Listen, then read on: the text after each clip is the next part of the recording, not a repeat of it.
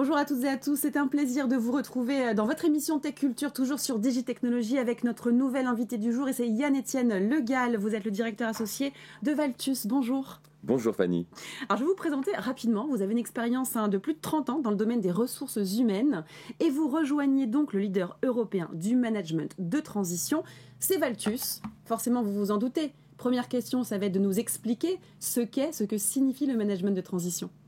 Le management de transition, c'est le fait de mettre à disposition des entreprises dans tout secteur, tout type d'emploi également, des managers extrêmement expérimentés pour une période de temps limitée.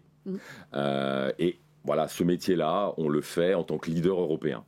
Et vous intervenez pour tout type d'entreprise, tout type de fonction, de structure ? Exactement. On va de la start-up scale-up. Je crois que ce qui est un petit peu votre... Ça nous intéresse. Voilà, on va dire ça, jusqu'au grand groupe du CAC 40 et sur toutes les fonctions. Du CFO, du DRH, du DG, du DSI, du directeur commercial, etc. Alors concrètement, je suis une start-up, j'ai créé ma boîte, c'est mon bébé, j'y tiens beaucoup, je veux la développer. Quelles sont les étapes avec ce management de transition concrètement, si on peut voir un petit peu le déroulé précis ?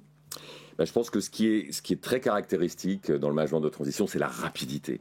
On est capable de mettre à disposition d'une start-up, d'une scale-up, un manager très confirmé, tout de suite opérationnel, en une semaine. Ah oui.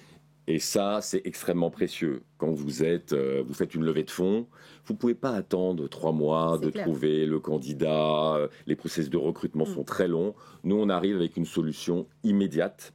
Et c'est comme ça qu'on règle des problèmes en réalité. Des experts très précis dans leur domaine. Ils ont déjà fait ça pendant 5, 6, 7 fois. Ils arrivent, ils savent faire, ils sont des experts. Et quand est-ce que je fais appel à un manager de transition ? Vous parliez justement quand il y a une levée de fonds, mais à quel moment crucial ça peut être important ? C'est dès que le besoin est exprimé, effectivement. Vous faites une levée de fonds, vous ne pouvez pas attendre. C'est maintenant que ça doit se faire. Vous développez une filiale, il vous faut un DG d'une filiale. Donc, on est très très à l'écoute des besoins des entreprises et lorsque le besoin germe dans la tête de l'entrepreneur, du chef d'entreprise, il doit faire appel à nous. Ok. Alors on parle justement, nous, beaucoup à l'environnement start-up, des sociétés qui se montent, des entrepreneurs, des entrepreneuses. Pourquoi est-ce intéressant pour ces profils-là ? Je pense qu'au-delà des compétences, prenez un CFO très expérimenté, il va apporter quelque chose. C'est aussi la personnalité de ces chefs d'entreprise, de ces managers. Oui. Ce sont des gens qui sont payés, si je puis dire, pour faire une mission. Ça va de A à Z, ça dure 6 mois, ça dure 4 mois, ça dure 1 an. Et effectivement, ils sont un peu dépassionnés aussi des sujets. Donc c'est très intéressant dans un monde où l'entrepreneur, il est dans sa boîte du matin au soir avec beaucoup d'émotions et d'affect. Et oui. Alors j'aimerais terminer sur un réseau parce que je trouve ça assez intéressant. Valtus Alliance est le premier réseau international regroupant les leaders mondiaux du management de transition. Ouais. Est-ce qu'on peut parler un peu de ce réseau, de ses ambitions ? On a 10 à 15 000 managers dans notre base de données. C'est pour ça qu'on est en capacité de les mettre à disposition des entreprises très très vite. Oui. Mais on est un réseau, on a des filiales un peu partout en Europe. Et au-delà de l'Europe, on a la capacité d'aller chercher des managers de transition un peu partout dans le monde grâce à notre réseau Valtus Alliance. Ce qui nous permet effectivement d'être globaux et de pouvoir répondre aux besoins des entreprises partout dans le monde. Anytime, anywhere. Anytime, anywhere, c'est pas mal. On va passer maintenant à la question que vous attendez, j'en suis sûre, Yann-Étienne, c'est la question sans filtre. Et c'est la suivante.